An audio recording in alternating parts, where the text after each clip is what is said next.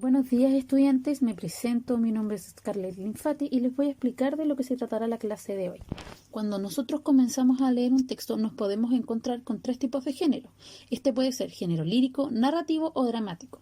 No obstante, en la clase de hoy solo nos vamos a concentrar en el género narrativo. Trabajaremos dos objetivos. El primero será reflexionar sobre el efecto que nos provocan los textos leídos, considerando nuestras experiencias personales y nuestros puntos de vista. Y el segundo será dialogar sobre estos, evitando las descalificaciones para poder apoyar y ampliar una idea o refutarla. Los textos de carácter narrativo se caracterizan por la presencia de un narrador que cuenta una historia ya sea real o ficticia. También tienen personajes que están ubicados en un tiempo y espacio definidos.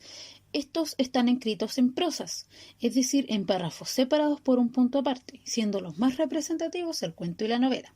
También hay otros textos que se encuentran dentro de lo narrativo, como el mito, la leyenda y la fábula.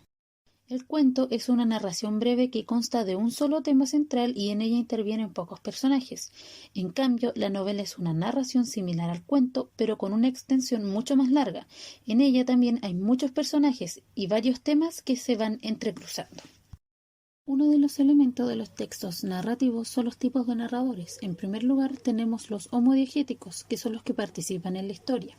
El narrador protagonista asume la tarea de contar su propia historia, tiene un carácter marcadamente personalizado.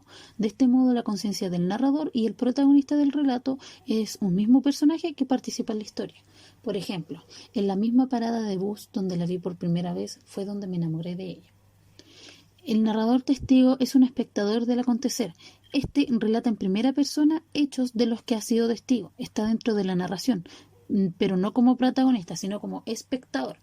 Por ejemplo, dijo que iría a la cocina para prepararse un café. Sin embargo, al pararse, caminó hacia su habitación. En segundo lugar, tenemos los narradores heterodiegéticos. Estos no participan de la historia. El narrador omnisciente sabe todo lo que le pasa a los personajes, tanto las acciones que realizan como sus sentimientos y sus pensamientos. Utiliza la tercera persona para narrar la historia. Por ejemplo, giró y comenzó a nadar hacia la playa, a chapotear más bien con desesperación, y de pronto le rogaba a Dios que la salvara. El narrador de conocimiento relativo se limita a contar lo que ve o escucha de ellos, es decir, describe objetivamente las acciones que realizan los personajes. Por ejemplo, el hombre ocupaba una mesa en el fondo del pub. Hacía un poco de frío, se puso su chaqueta y se paró murmurando: «Ya me cansé de esperarla».